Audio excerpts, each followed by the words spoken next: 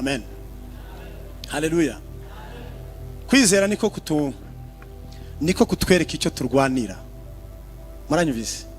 Kugira ngo udasubira inyuma no guhishurirwa icyo urwanira, no guhishurirwa icyo ushaka. Abanyumvise? Amen. No guhishurirwa icyatumye utangira iki urugendo. Abantu bo mu isi barabizi cyane. Uhishuriwe aho tugiye ukahumva neza. Kandi nagira ngo mabwire ko aho duhishurirwa, aho ushobora kuhabona utagira kwizera, no kumenya neza, no kubibona n'amaso yandi ataraya, ukabibona. Wamara kubibona ukabona igikombe Yesu abiki abizera, ukabona ingororano Yesu abiki abizera. Kwizera kukakwereka igihe kimwe Yesu azaba agufashe mu biganza, agufelicita, akubwira ngo urakaza neza. Kwizera niko kumenya neza, kukwereka neza, ugahishurirwa neza impamvu y'urugendo. Kandi wasobanukiwe neza icyo urwanira, ukakimenya, ukakibona. Ntiwakwita ku bugingo bwawe, kuko ubugingo bwawe buraciriritse. Icyo urwanira nicyo gikomeye. Mane bafashe, mane bane namwe. Kera nk'ikino umupira, abantu bakina, abantu n'ababikurikira murabizi. Iyo ekipe ebyiri zageze kuri finale, bagashira igikombe hariya, bakina kiri muri stade aho, agikubitaho amaso akakibona, akavuga ngo uyu munsi ni umukino wa nyuma. Utsinda araza kubona kiriya urakina kugeza ubwo nakaguru kacika. Ariko kiriya gikombe ugire gute? Impamvu abantu batumva ibintu, ntabwo barimo guhishurirwa ibihembo itorero rizabona, ariko Imana iguhishurira icyo uzahembwa.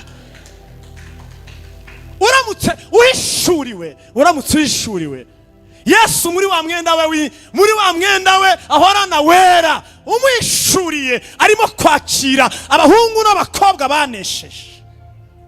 Ntiwasubirayo, wagwana ujya mbere kugira ngo uzakore mu biganza bya Yesu, kandi ngo azahanagura amarira. Bwana Yesu asifiwe. Uhishuriwe icyo uzahembwa, ntiwahagarara.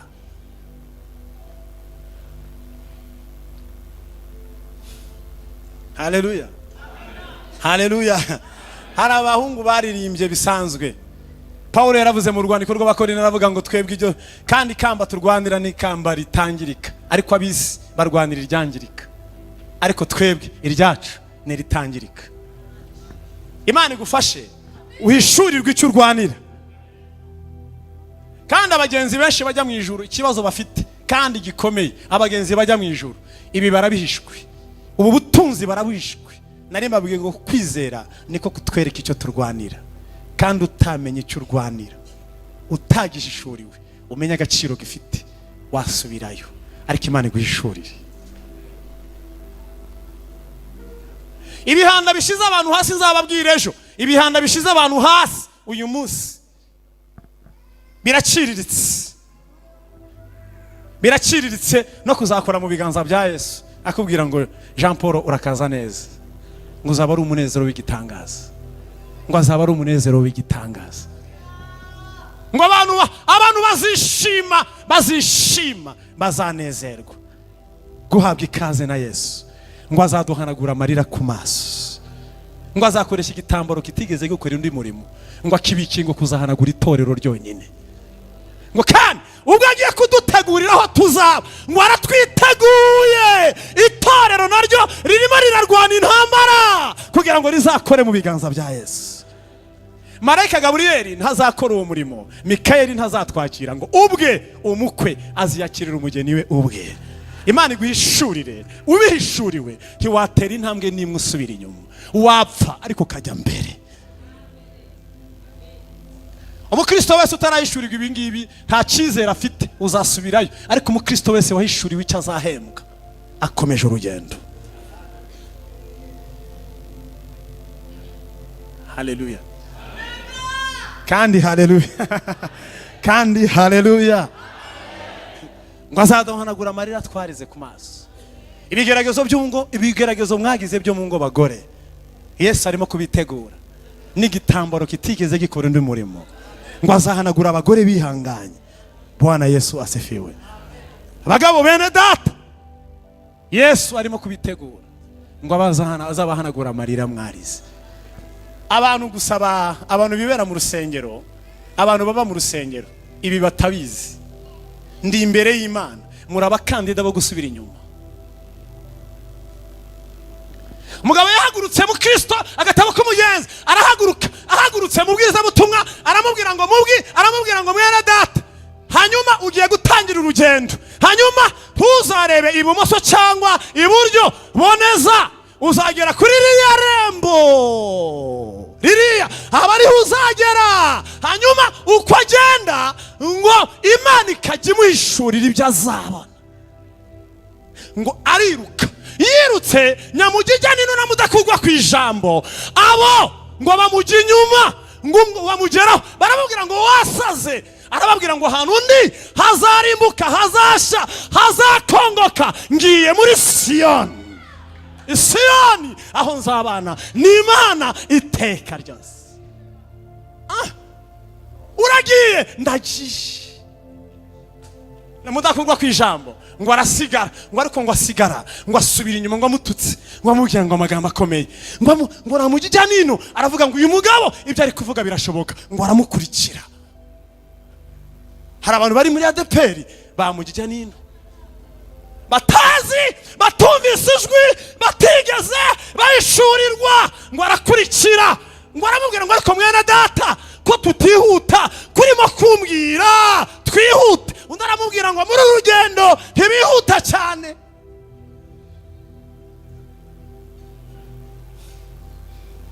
Hanyuma arambwira ngo ariko mbwiza ukuri, niki tuzabona tugezeyo? Icyambere aramubwira ngo tuzabona umwami wacu Yesu. Kabiri aramubwira ngo uwo mwami Yesu yaduteguriye ahantu heza harutaho tuba. Bwana Yesu asifiwe sana. Ni nkaho yakamubwiye ngo tuzagendagenda ku nyanja y'ibirahuri. Iwacu haruta Washington DC, iwacu haruta Paris, iwacu nta miyaga ibayo, iwacu hari amahoro gusa, iwacu ni heza. Bwana Yesu asifiwe sana. Bwana Yesu asifiwe sana.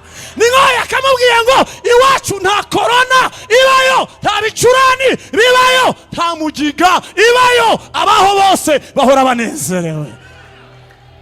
Haleluya.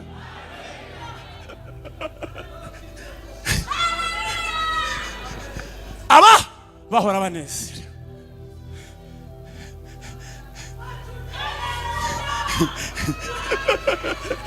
Nyamugize nino, hanyuma akururwa n'ayo magambo, aramukurura, aramubwira ngo ibyo bintu mbwiye ni byiza. Ahantu hataba amadeni,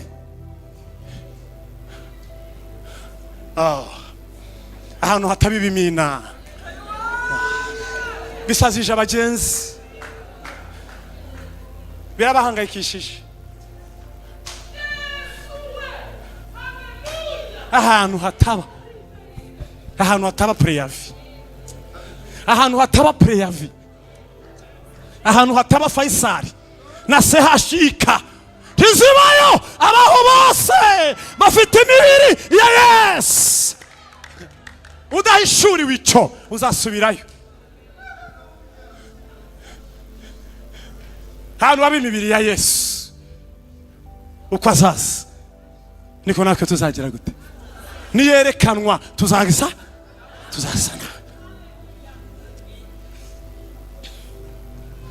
Ngumugabo aramubwira ngo ariko ibyo bintu kuri kumbwira ko ari byiza, twakwihuse. Undi aramubwira ngo njye mfite rega n'umutwaro, nimo ndagenda mu buryo nibwo nimo ndagenda mu kugira ngo nimo ndumva neza, ubwo nimo ndagendana n'umwami wanjye, ngo uko amubwiye n'ibyo byishimo afite, ngo bahita bagwa mu isayo gahinda gasasi, bakigwamo ako kanya n'abamunezero wose nyamugijya nino yari afite. Dufite abantu bagira bagira umunezero w'amateraniro nka gutya, bakabyina icyuya kikaza, ariko isayo gahinda gasaze bategereje. Amba torero ryanjye ni Nyarugenge, ndubatse, mfite umugore, mfite abana. Hano ndahamenyereye, ni nk'iwacu, mabwirije cyangwa se ndahigisha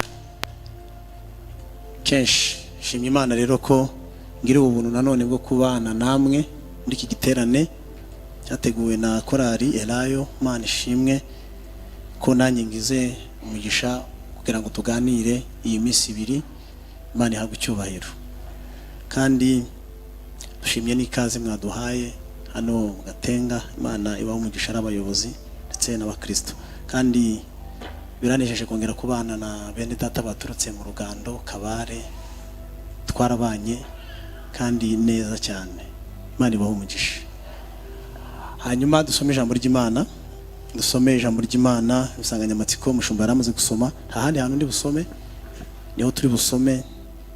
Abaheburayo usome ibice 10 umurongo wa 39. Hano umurongo niho harimo insanganyamatsiko y'iki giterane. Dusome ijambo ry'Imana mu izina rya Yesu. Abaheburayo 10:39. Dusome ijambo ry'Imana. Haravuze ngo ariko twebweho tidufite gusubira inyuma ngo turimbuke. Amen. Ahubwo dufite kwizera kugira ngo tuzakize ubugingo bwacu. Muvuge ngo amen.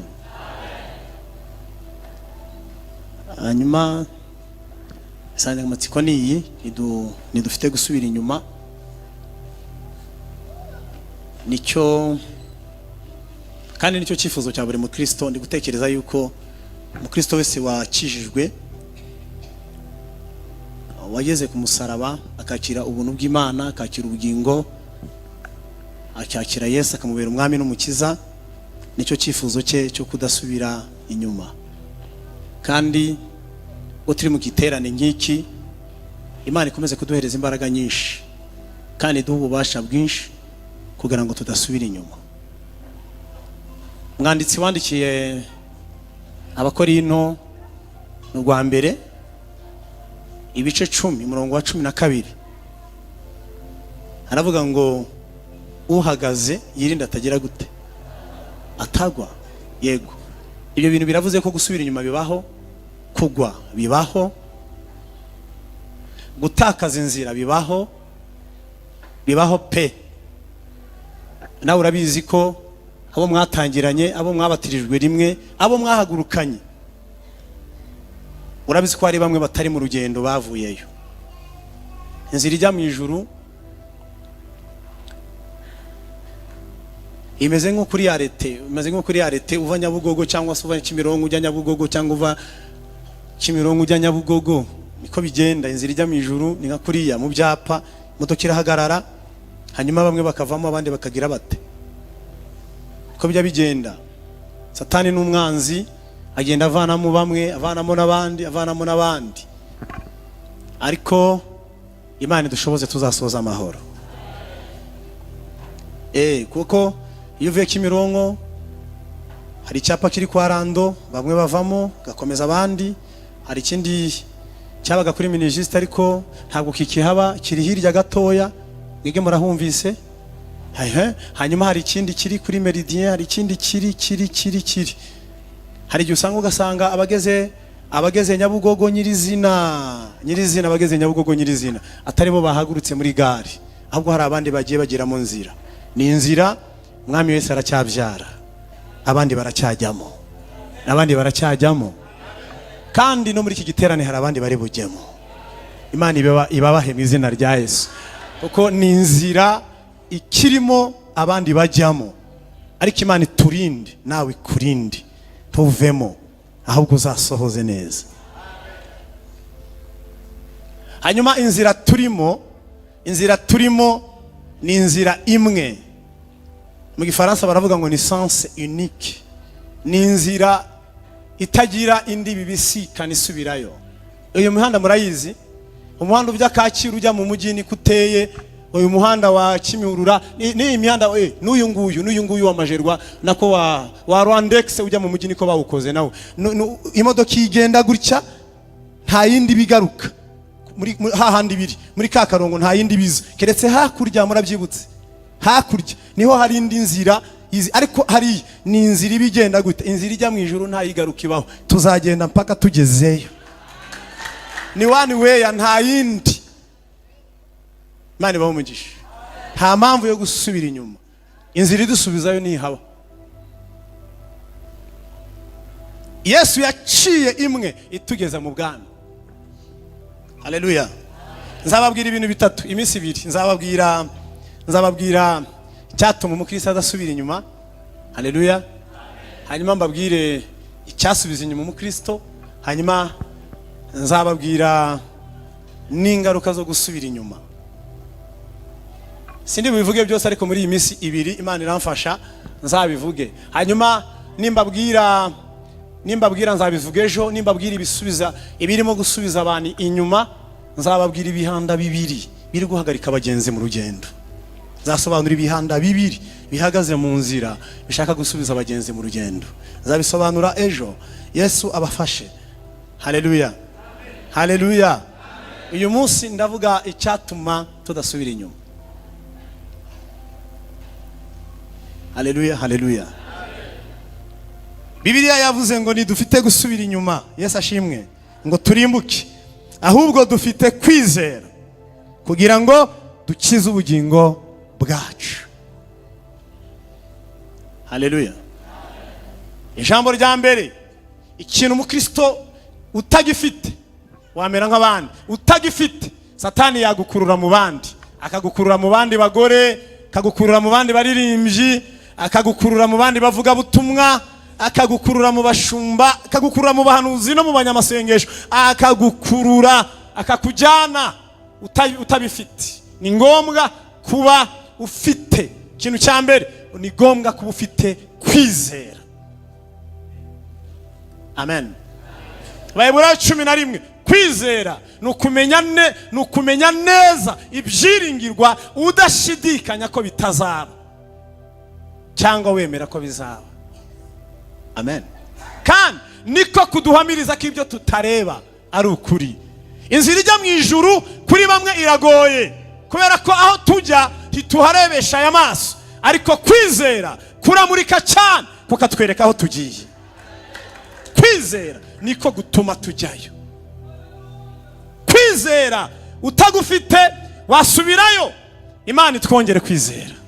Yesu yabwiye abigishwa, arababwira ngo mwagira kwizera kungana n'akabuto ka sinapi, wabwira umusozi utabwe mu nyanja bikemera. Umukristo ufite kwizera afite ingabo imukingira mu rugendo. Umukristo ufite kugira gute? Kwizera ni intwaro y'umukristo. Ni intwaro yanditse mu Befeso. Bibiliya iravuga ngo mutware kwizera ibe ingabo ibakingira kugira ngo mubashe kuzimisha ya myambi yose ya Satani, yakiki yakumuriro. Umukristo ugiye mu ijuru utazasubirayo, umukristo ugiye mu ijuru utazasubira inyuma, ni umukristo ufite kwizera, kandi akaba kwizera kukuri. Kwanditse muri Petero wa mbere 1:6 kugeza kuri 7. Umukristo agombye kuba afite kwizera kukuri, atari ukwizera gusanzwe.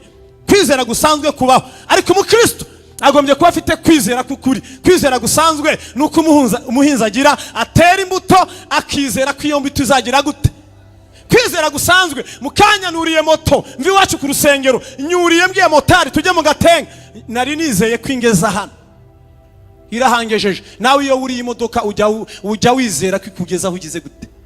Ko nukwizera gusanzwe ushora amafaranga yawe mu bucuruzi wizeye kuzunguka, uko nukwizera gusanzwe. Ariko abakristo bagombye gufata kwizera, guca mu muriro ni gushya, guca mu ntambara ntikuzime. Hanyuma Satani yavuga, umukristo agakinga agakomeza urugendo. Kwizera kukuri komeze kazahabu shira mu muriro, aho kugira ngo irangire ahubwo ikarushaho gukayangana. Haleluya. Kwizera no kumenya neza ibyiringirwa udashidikanya ko bitazagira gute cyangwa wemera ko bizaba. amen. Kwizera harimo ibintu bitatu nshaka kubabwira kugira ngo udasubira inyuma bikunde hamwe nuko kwizera. Kwizera kuduhereza ibintu bitatu. Imana ifashe mbisoze hanyuma tujye dusenga. Amen. Haleluya. Haleluya. Kwizera kuguha amaso aya, kuguha amaso ataraya ngaya, kuguhereza andi maso. Ndabifuriza ko Imana ibahereza andi maso. Imana iguha andi maso. Abakristo n'abashitsi bo mu Gatenga na bene data twaje kuvuga ubutumwa bwiza, Imana iduhereza andi maso. Ariko udafite kukwizera aya maso ntabwo wayabona. Haleluya. Bijya binyorohera gutindana n'umuntu nkamenya uwo ari we iyo twatindanye tuganira. Iyo ufite ukukwizera, iyo ufite iyi impano, iyo ufite ubu bugingo, iyo ufite ubu buzima, ugatindana n'umuntu, umugore mugenzi wawe, umenya uwo ari we, ukamenya ngo uyu muntu turajyana cyangwa ntitugize gute. Bitindanye n'umusore mugenzi wawe, mugatindana n'umukobwa mugenzi wawe, mugatindana n'abavuga ubutumwa twese tubwiriza. Hari gitindana n'umuntu uvuga ubutumwa bwiza. Ukabona ni magambo, cyo bita magambo mu gatabo k'umugenzi, ukabona ni magambo. Agira amagambo menshi ariko atabamo kwizera.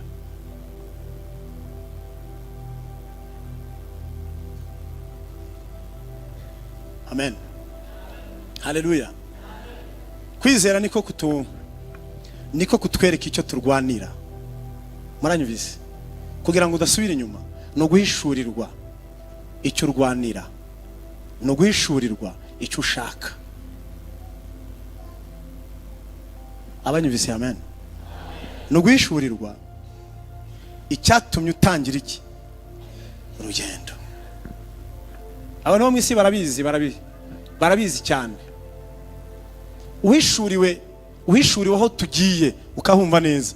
Kandi nagira ngo mabwire ko aho duhishurirwa, aho ushobora kuhabona utagira kwizera, no kumenya neza, no kubibona n'amaso yandi ataraya, ukabibona.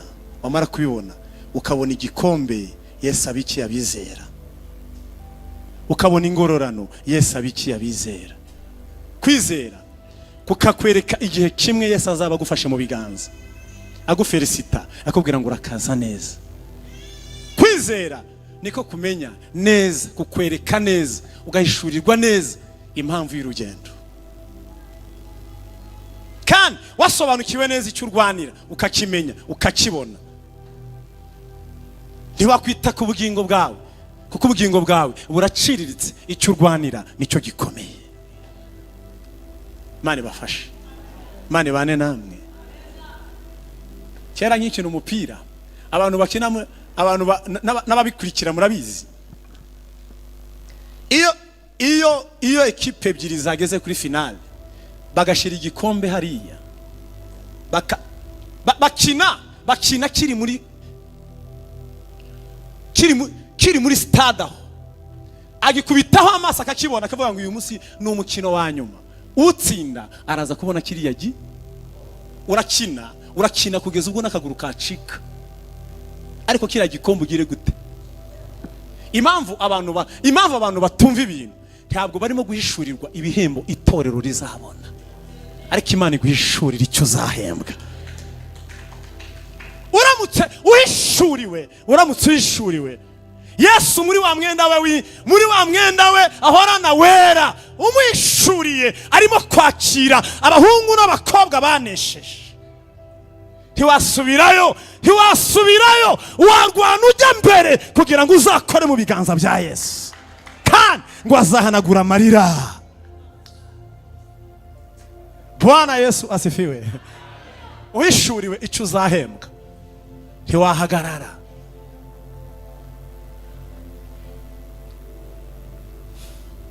Haleluya.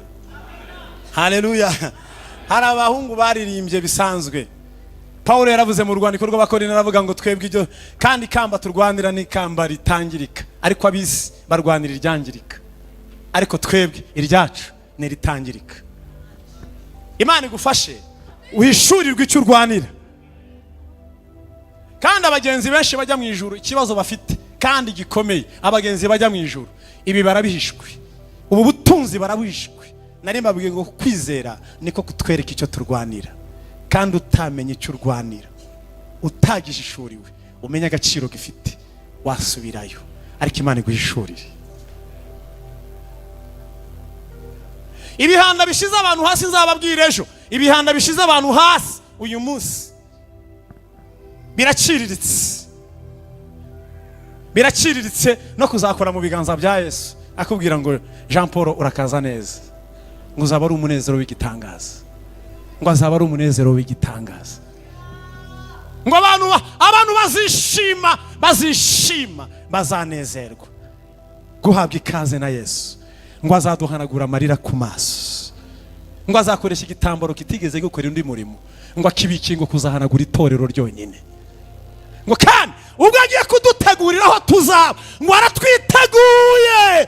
Itorero naryo ririmo rirarwana intambara kugira ngo rizakore mu biganza bya Yesu. Marayika Gaburiyeli ntazakora uwo murimo, Mikayeli ntazatwakira, ngo ubwe umukwe aziyakirira umugeni we ubwe. Imana iguhishurire, ubihishuriwe ntiwatera intambwe n'imwe usubira inyuma, wapfa ariko kajya mbere. Umukristo wese utarayishurirwa ibi ngibi nta cyizere afite, uzasubirayo. Ariko umukristo wese wahishuriwe icyo azahembwa akomeje urugendo. Haleluya, kandi haleluya, kandi haleluya. Ngo azaduhanagura amarira twarize ku maso. Ibigeragezo mwagize byo mu ngo bagore, Yesu arimo kubitegura n'igitambaro kitigeze gikora undi murimo, ngo azahanagura abagore bihanganye. Bwana Yesu asifiwe. Abagabo bene data, Yesu arimo kubitegura ngo azabahanagura amarira mwarize. Abantu gusaba, abantu bibera mu rusengero, abantu baba mu rusengero ibi batabizi, ndi imbere y'Imana muri abakandida bo gusubira inyuma. Umugabo yahagurutse mu Kristo, agatabo k'umugenzi arahaguruka, ahagurutse mu bwiza butumwa aramubwira ngo mwene data, hanyuma ugiye gutangira urugendo, hanyuma ntuzarebe ibumoso cyangwa iburyo, boneza uzagera kuri ririya rembo, ririya aba ariho uzagera. Hanyuma uko agenda ngo Imana ikajya imuhishurira ibyo azabona, ngo ariruka. Yirutse nyamugijya n'inuna mudakugwa ku ijambo, abo ngo bamujya inyuma, ngo bamugeraho baramubwira ngo wasaze. Arababwira ngo ahantu undi hazarimbuka, hazasha, hazakongoka, ngiye muri Siyoni. Siyoni aho nzabana n'Imana iteka ryose. Uragiye, ndagiye. Namudakugwa ku ijambo, ngo arasigara, ngo ariko ngo asigara, ngo asubira inyuma, ngo amututse, ngo amubwira ngo amagambo akomeye, ngo aramujya nino, aravuga ngo uyu mugabo ibyo ari kuvuga birashoboka, ngo aramukurikira. Hari abantu bari muri ADPR bamujya nino, batazi, batumvise ijwi, batigeze bayishurirwa, ngo arakurikira, ngo aramubwira ngo ariko mwene data, ko tutihuta kurimo kumbwira twihute. Undi aramubwira ngo muri urugendo ntibihuta cyane.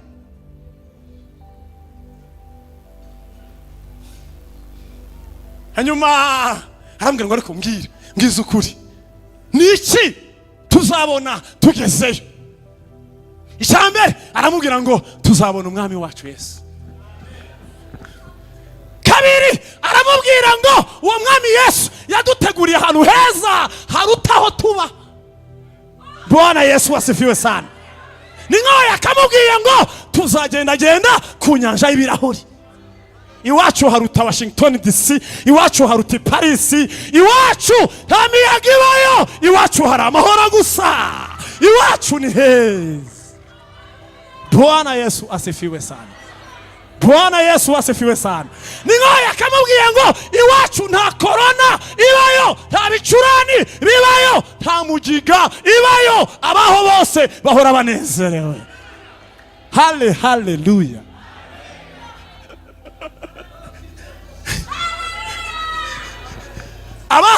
bahora banezerewe.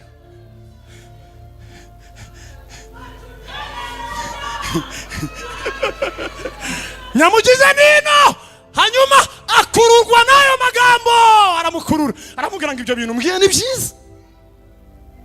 Ahantu hataba amadeni, ahantu hataba ibimina bisazije abagenzi, birabahangayikishije. Ahantu hataba preyavi, ahantu hataba preyavi, ahantu hataba Faisal na CHUK, ntizibayo abaho bose bafite imibiri ya Yesu. Udahishuriwe icyo uzasubirayo.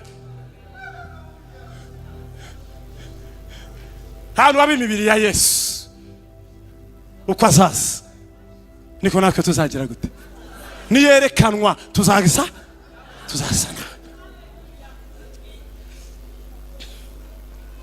Ng'umugabo aramubwira ngo ariko ibyo bintu kuri kumbwira ko ari byiza twakwihuse. Undi aramubwira ngo njye mfite rega n'umutwaro, nimo ndagenda mu buryo nibwo nimo ndagenda mu kugira ngo nimo ndumva neza, ubwo nimo ndagendana n'umwami wanjye, uko amubwiye n'ibyo byishimo afite ngo bahita bagwa mu isayo gahinda gasazi, bakigwamo ako kanya n'abamunezero wose Nyamugije nino yari afite. Dufite abantu bagira umunezero w'amateraniro nka gutya, bakabyina icyuya kikaza, ariko isayo gahinda gasazi bategereje.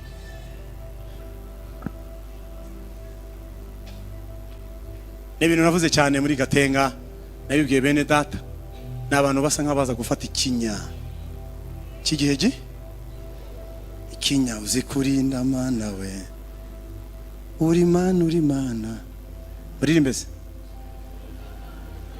uri mana mufata ikinya. Urumva n'ibintu bamugije nino n'abantu basa nk'abafata ikinya kibanezeza akanya gato, ariko yagera mu isayo gahinda gasaze akisayo rasubirayo, akazongera agafata ubuzima yagarutse mu materaniro gufata ikinya, ariko mu buzima bwe bwa buri munsi nta hishurirwa afite, nta byiringiro agira.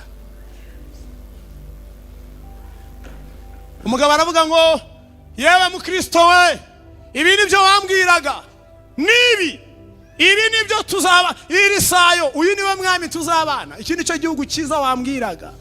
Arambwira ngo mene data komera, nyuma y'isayo gahinda gasaze hari ibyiza biri imbere. Umugabo yisayo urajya imbere, ariko undi mugabo utumvise ijwi, utarahishuriwe. Imana ibasobanurire, Imana ibigishe kwizera gutuma duhishurirwa icyo turwanira.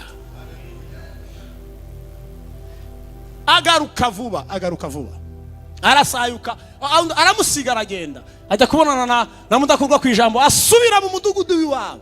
Ariko undi aravuga ngo nafashe urugendo, mwami Yesu, nubwo nciye muri isayo gahinda gasaza, ariko ndacyumva ibyiringiro byuzuye, ndacyumva neza ko nzabana n'umwami wanjye, ndacyumva neza ko nzaba muri cya gihugu umwami yanteguriye, aho nazongera kuba barukundi. Ngo arakomeza, ngo arwana nabyo. Hanyuma bitinze ngo aza kubona umugabo witwa ngo Mutabazi. Aramuhamagara ngo yewe mugenzi, imbere yawe hari utubuye, kandagira. Ngo akandagira ku tubuye. Nubwo biturushya, nyiri urugendo ajya ategura utubuye abagenzi bakandagira, ajya ategura utubuye abagenzi bashobora kugira gute gukandagiraho. Ngo arakandagira, ngo arongera arakandagira, amuhereza ukuboko, undi arakumuhereza, ngo aramusingira, aramuzamura, ngo arangiza isayo gahinda gasaze, aramubwira ngo boneza, komeza urugendo. Hino cyambere no kumenya neza icyo ndwanira gifite agaciro gakomeye kuruta intambara zose nabandimo. Bwana Yesu asifiwe sana. Bwana Yesu asifiwe. Iki kintu mugitindeho mu gice w'akarongo, kandi Imana ibafashe. Umuntu mwese uri hano tuzakomera, tuzatinda nutumva neza impamvu yawe y'urugendo, nutayumva neza nudahishurirwa, ubu bugingo tujyamo nutabuhishurirwa, nutabwumva neza, agato cyangwa kanini kazaguhagarika mu rugendo kandi uzasubirayo. Ibi bidutera imbaraga zo gukomeza urugendo. Kavuga ngo nubwo mbabara ariko nzacyakira, nubwo mbabara nzabana n'umwami, nubwo mbabara nzahozwa amarira. Ntidufite gusubira inyuma, ahubwo dufite kwizera, kuko ko kwizera kuduha ubugingo. Amen. N'indirimbo mwese muzi, abantu bo mu isi bazi kuririmba bakamenya no kurwanira ibyo bintu. Ntababwiye iki gikombe umuntu yakibonye hari yarakirwanira. Harabaririmbye iyo ndirimbo murayizi, baririmba mu Giswahili baravuga ngo hata watuponde kama watuponde na misumari, nywele zote zitoke vichwani, hatuwezi kurudi. Uririmbye gucyo ureba Kigali, ubonye amashanyarazi y'Kigali, wenda uri Sharongi ubonye amashanyarazi, uravuga ngo Kigali nayibonye. Umva ni ushaka kunyica, ariko namaze kubona icyo ndwanira. Baravuga ngo hata watuponde, tidushobora. Abo barwanira ikamba ryangirika, ariko abakristo bahishuriwe niyo wabakubita, niyo wabakubita. Ingero nyinshi zirahari, ne gutindayo, ingero nyinshi zirahari. Banza umeze icyo kwizera ni ikintu wagombye kuba ufite nk'umukristo, ko kwizera ko kakumenyesha neza, ko kakumenyesha neza ibyiringirwa. Haleluya kandi haleluya kandi haleluya. Ibyiringirwa.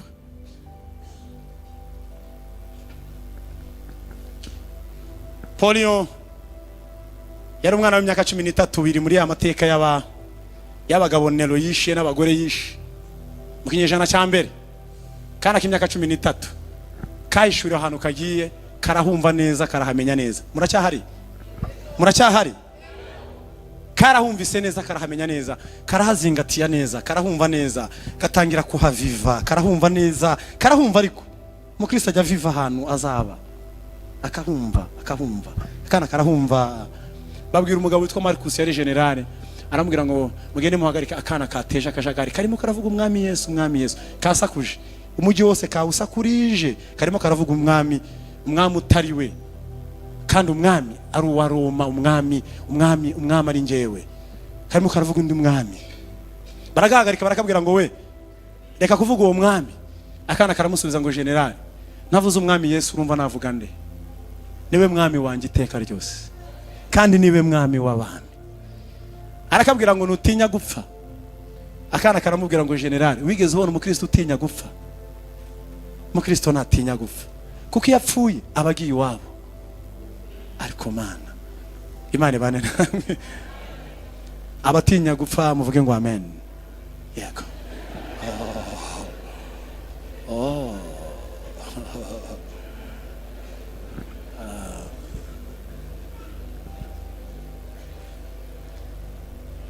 Reka mbabwire, ntabwo bisaba ibintu byinshi, ntibisaba ibintu byinshi kugira ngo ubukristo bwawe bumenyekane. Ntibisaba ibintu byinshi. Iki nicyo kintu cyonyine kimwe kikwereka ko utigeze wakira icyo urwanira. Ni mu gihe n'Imana yagutungura ngo itegure, ejo uzataha ugatera imigeri. Ibyo bivuze yuko Kigali uyikunda kuruta aho ugiye. Ariyo mpamvu abantu benshi baguye nzira, nuguha agaciro ino bakibagirwa aho bagize bate. Kandi sinabarenganya, nikimbabwiye nuko badafite kwizera kubereka ikiruta Kigali. Kandi umuhanuzi avuze ngo itegura uratasha, wasenga 3 ubihagarika. Kandi akubwiye ko ugiye Australia, wahereza Imana iki? Uri muto cyane, uraciriritse.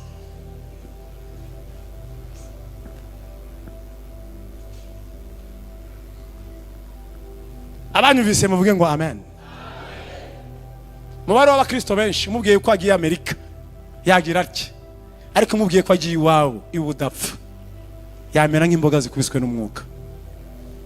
Nibyo byaha rero byinshi bituma abantu bakora ibyaha byinshi, nuko batahishuriwe iwabo, bumva agaciro k'iwabo, bumva uburyo iwabo hagize hate hakomeye ku rutino. Ariko Imana ibane namwe, turacyari mu rugendo. Niyo mpamvu y'iki giterane, ntabwo induru yavugirizwa ubusa ku musozi. Niyo mpamvu y'iki giterane ngo abantu bongere bumve neza, kuko wowe Imana inaguteguye. Watanga impamvu z'abana, ugatanga impamvu z'imishinga, ugatanga impamvu abana baracyari bato, watanga impamvu nyinshi. Ariko Paulo abwira general, amubwira ngo general, nta mukristo utinya gupfa. Areba akana mu maso, abona ubwiza bw'Imana mu mwana w'imyaka 13.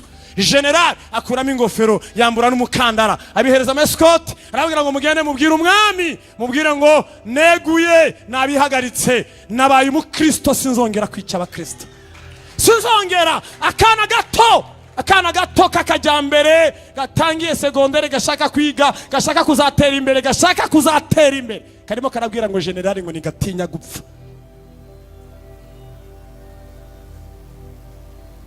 Baragenda babwira umwami aramubwira ngo uwo muhungu, uwo mugabo mumuzane hano nako kana. Aramubwira ngo uri ikigoryi, usuzugura imbere ya rubanda, naraguhaye icyizere ngaguhereza iripeti. Aramubwira ngo reka nze nkuhereke. Afata akana agashira mu nkwi za essence, aragatwika, karashirira, kararangira. Abwira general, aramubwira ngo urakarebye, nutivuguruza urajyaho kagiye. General aramubwira ngo sinivuguruza, aho kagiye niho nje. Yakijijwe uwo munsi, apfa uwo munsi.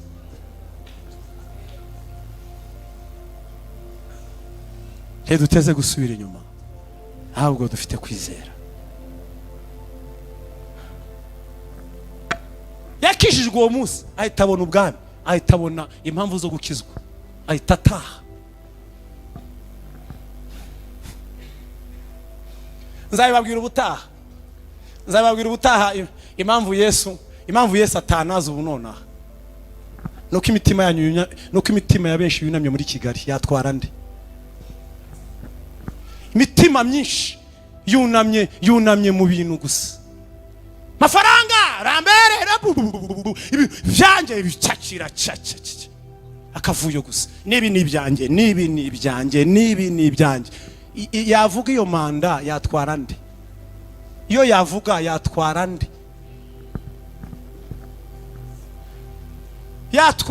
Ariko kubera ko ari umunyembabazi, aracyaturindiriye. Niyo mpamvu agera gutya, agafata umusaza akamushira mu bitaro, akezwa mu bitaro, akaba arigendeye. Agafata umuntu wayikoreye, akavuga ngo reka magaciro koko wankoreye, kagushira muri CHK na kanseri, ugasinzira. Kugira ngo igende idutwara umwe naho ije gutya byonyine. Airtel uyifitiye ideni, MTN uyifitiye ideni, amayinite mwarayamaze. Alors reba, urakopa kongera ugakopa,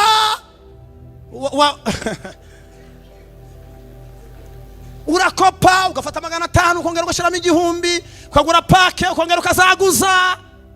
MTN, Airtel, ntabwo Yesu yatwara umugeni ufite ideni kwisi. Ibi mushuma zayibasobanurira neza, ndabizi ko abyumvise. Ibi arabyumvise, ndabizi ko abyumvise. Ntabwo Yesu yatwara, kuko urumva itorero nirigenda, MTN izakomeza Airtel izakomeza muri systeme zabo, no muri gahunda zabo, no muri machine zabo, warabuze kandi ubasigayemo ideni. Bavuga ngo Yesu yatwaye n'aba. Iryo kosa Yesu ntiyarikora rero, gutwara abantu batazi kwishyura ibyo bariye.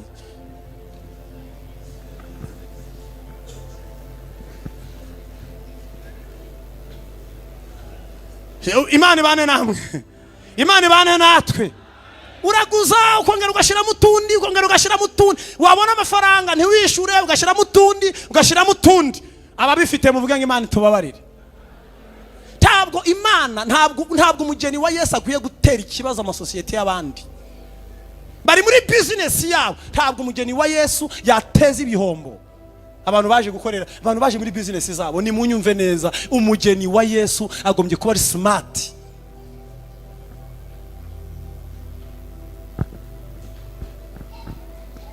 Mo mobile money yawe iriho 10,000, mobile money yawe iriho 15,000, MTN bifitiye 5, 15 birakora yiki wakwishuye ko nguteguye kwejo ushobora gupfa. Mwari muzi ko igiterane kibera ubusa gusa kidategura umugeni. Mama Pastor arabizi. Twege tumaze imisi n'ubu tuvuye gushyingura mu cyumweru gishize. Twashyinguye abakristo bacu babiri. Abantu barimo barataha. Wapfa nejo. Wafata amafaranga yavana kuri mobile money wishure Airtel, wishure MTN. Bibabwiye mu izina rya Yesu. Mwari muzi ngo ndababwira iki?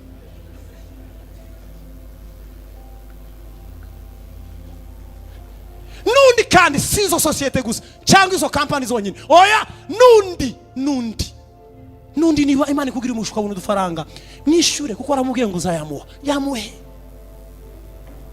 Kuko nago dushobora kuba ba escroc gentil, tuwe turirimba turi ba escroc gentil mu rusengero.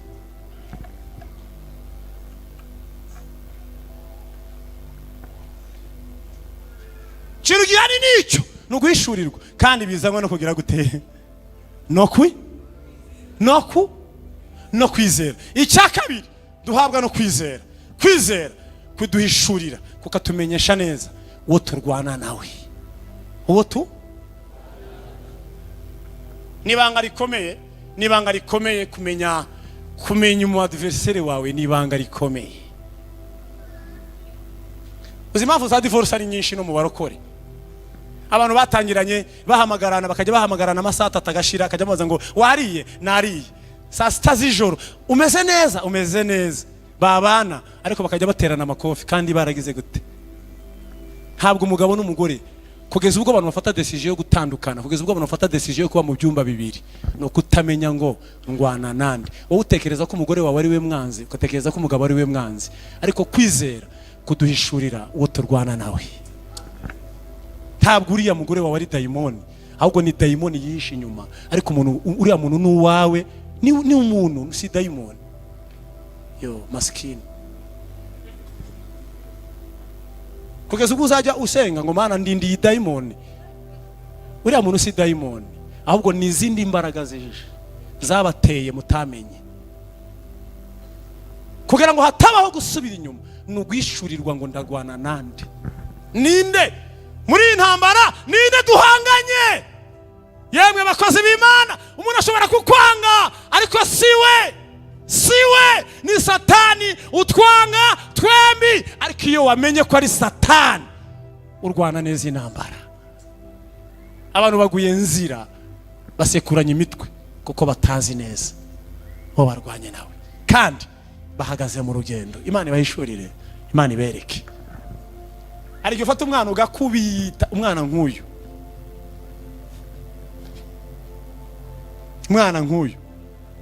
ugafata silipu ugakubita umutwe. Uyu mwana w'imyaka 4 ibintu byose akoze bingana n'ubwenge agira. Nubwo yafata cya televiziyo agakubita hasi ni ku bwenge bugize gute. Iyo rero ukubise nk'ukubita imbeba,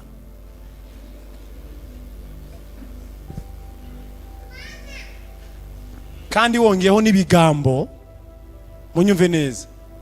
Satani yafashe televiziyo araza atikura hasi, wowe uraje imbaraga zawe zose uzimariye ku mwana, kandi Satani niwe washize televiziyo hasi kugira ngo acuguse ubukristo bwawe.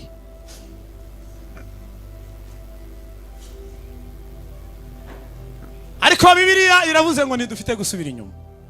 Bwana Yesu asifite. Ntidufite guhagarara, ntidufite gucumura, nicyo bisobanuye. Ntidufite kwanduranya, ntidufite kurekura umusaraba. Ariko iyo utamenye ngo ndarwana nande, iyo utamenye ngo niki gihari, ibanga rikomeye. Abefeso gangahe 6:12 ntiturwana n'abafite inyama n'amaraso, turwana n'abatware, turwana n'abategeka isi, ngo tukarwana ngo n'imyuka ngo y'ahantu ho mu ijuru, turwana n'ibitagaragara, turwana n'ibi. Bakozi b'Imana, hari ukuntu twatakana ariko ibintu byose tubireke. Muri korari abantu bigeze mwege narabibabwiye kera, nk'ivi wanyu harandi nayoboye nagiye hatatu ntimuri mumenya hariho. mbona abaririmbyi b'abagore babiri saa 11 baje kurepeta. Umwe ndamusuhuza turaganira, abona mugenzi we, abonye mugenzi we aramubwira ngo mwari uramukeye, ndabona aje. Ndamubwira ninduje, ndebye inyuma mbona ni mugenzi we barepetana. Ndamubwira se wamurindiriye ukamusuhuza ngo rero tujye turamukanya, twangana nk'uko injangwe n'imbeba. Baririmba ha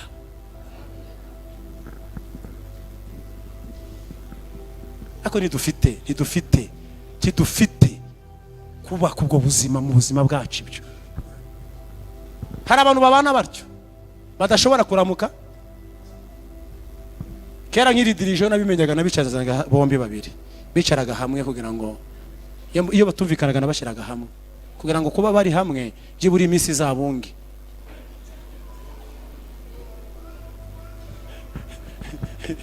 Ariko bikanga. Reka soze, Imana ibane namwe. Narivuze ngo Imana ibane namwe. Haleluya. Kandi ikindi kumenya urwana nawe kumuhishurirwa, kutamusobanukirwa, nibyo bitumye abantu bacika ururondogoro.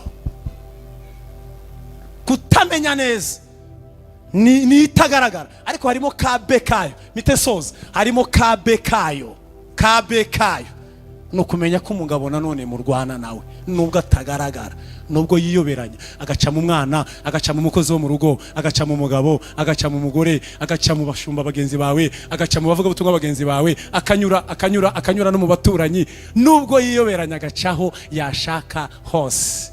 Ibyo gombye kubisobanukirwa ko umwanzi atari umuntu, ahubwo umwanzi wacu arinde. Nubwo yigiracyo kwizera. Haleluya. Kabe kayo nubwo yigiracyo kwizera kutwereka ko yatsinzwe.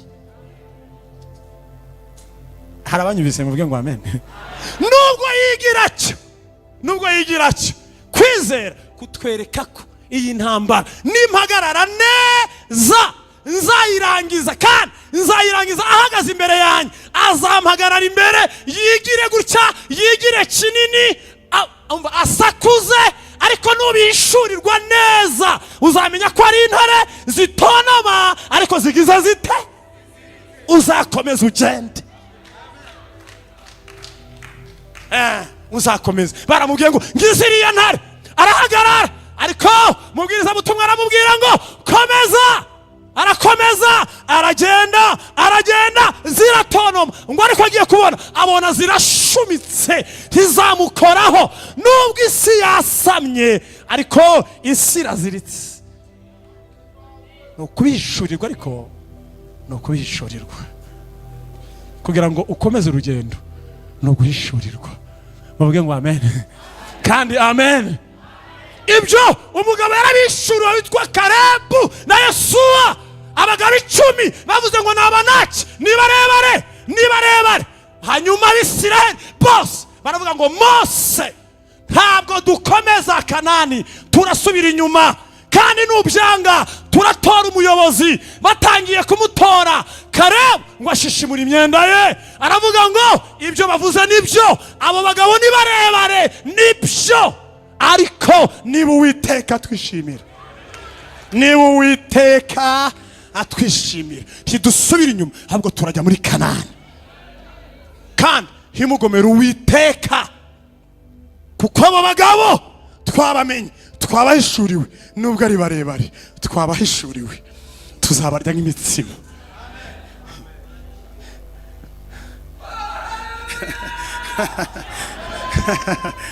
Nubwo Apolo n'abameze atya, be yako kana no guhishurirwa kw'imbaraga urwana nazo. Yafashe abagabo barebare abahuza n'umutsima, nzashira mu isosi mbarye, ariko Kalebu ni igitangaza. Ijuru ribitsa abagabo, mureke bidupfiriye muri Kigali n'induru, ariko ijuru ribitsa abagabo. Paradizo ibitsa abagabo. Kalebu aravuga ngo ntimubatinye, kuko mu ruhande rwabo ni amaboko gusa, ariko mu ruhande rwacu turi kumwe n'Uwiteka. Ntimubatinye. Umugabo ngo Imana imugorora ingororano ikomeye, iramubwira ngo Kalebu wowe na Yosuwa ndabaha igihugu.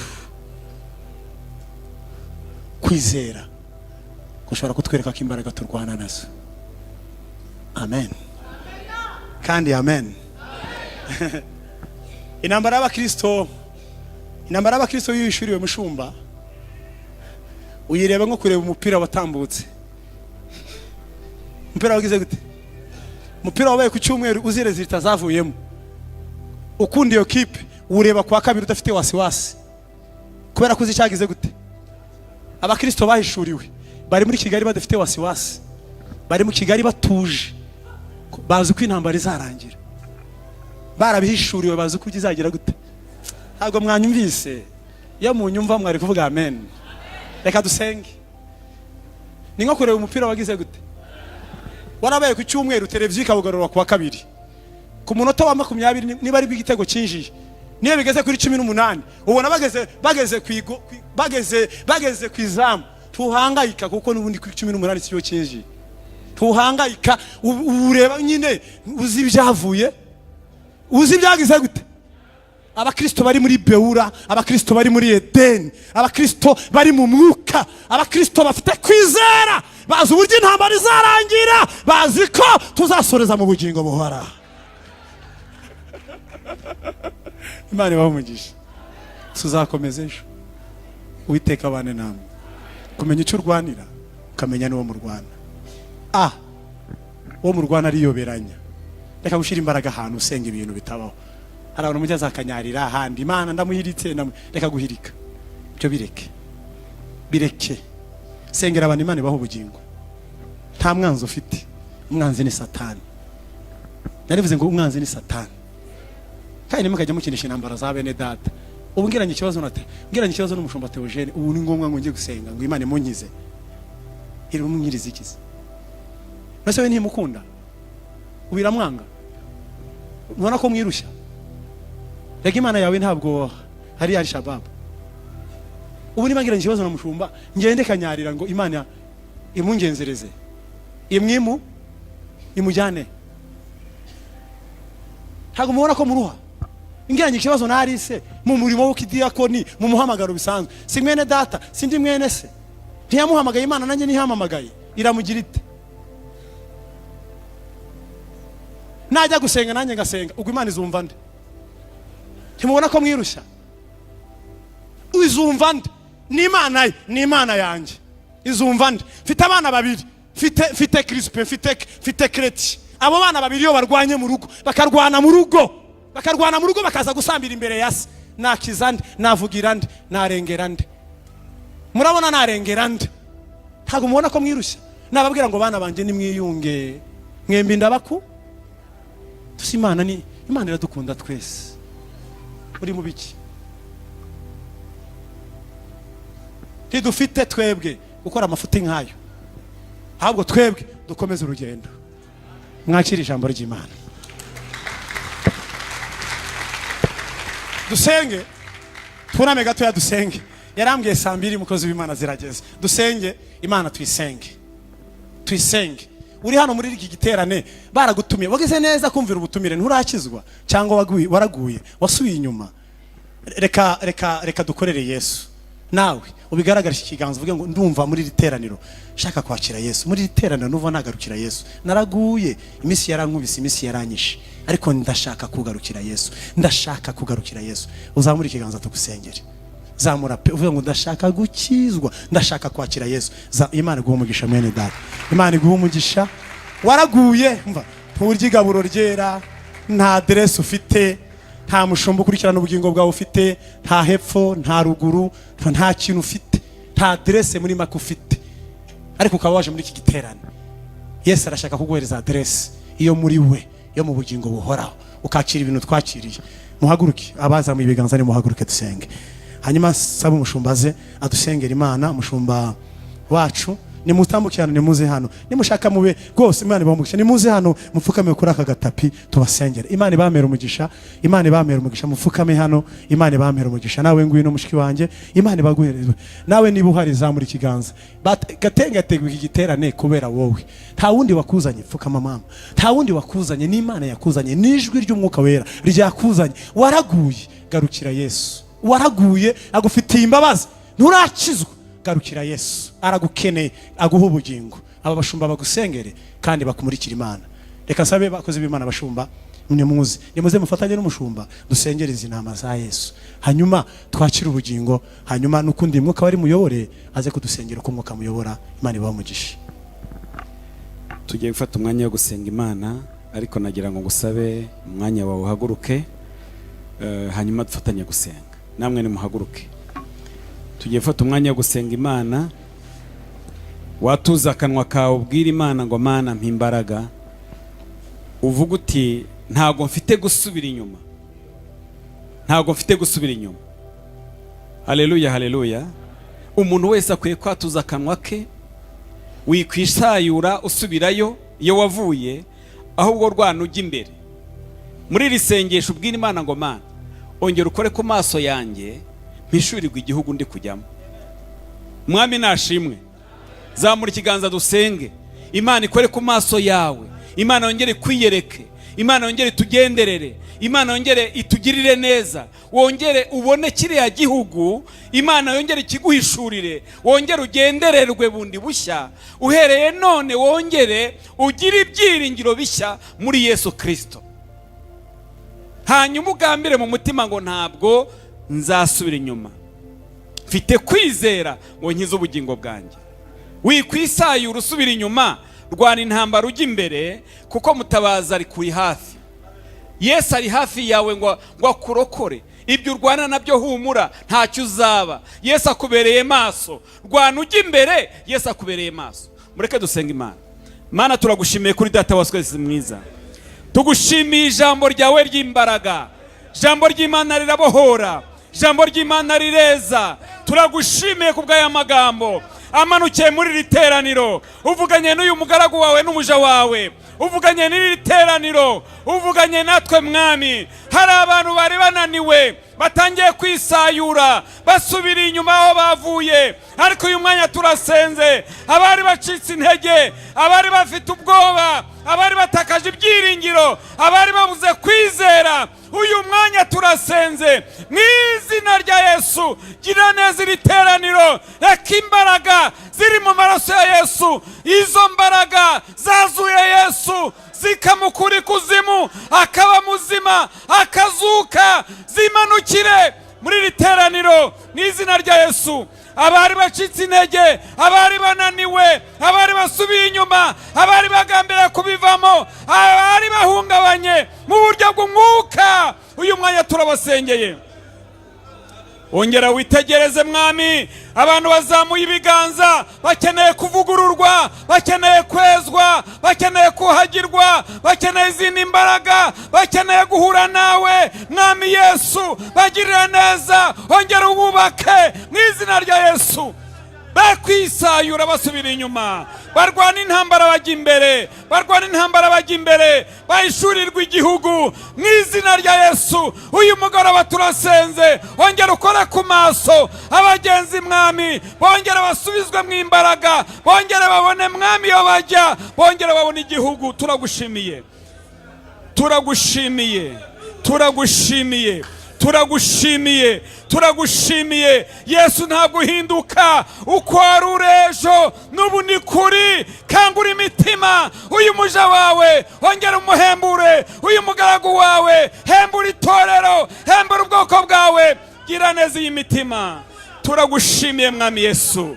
Fata akaboko uyu wari unaniwe, fata akaboko uyu mugaragu wawe, ongera ufata akaboko ubwoko bwawe mu izina rya Yesu. Ubakure mu isayo, ubakure Mwami muri izi mbaraga z'umwijima, ubahe kwigira imbere, bongere bigira imbere, bagira imbaraga, basubizwe mu imbaraga mu izina rya Yesu.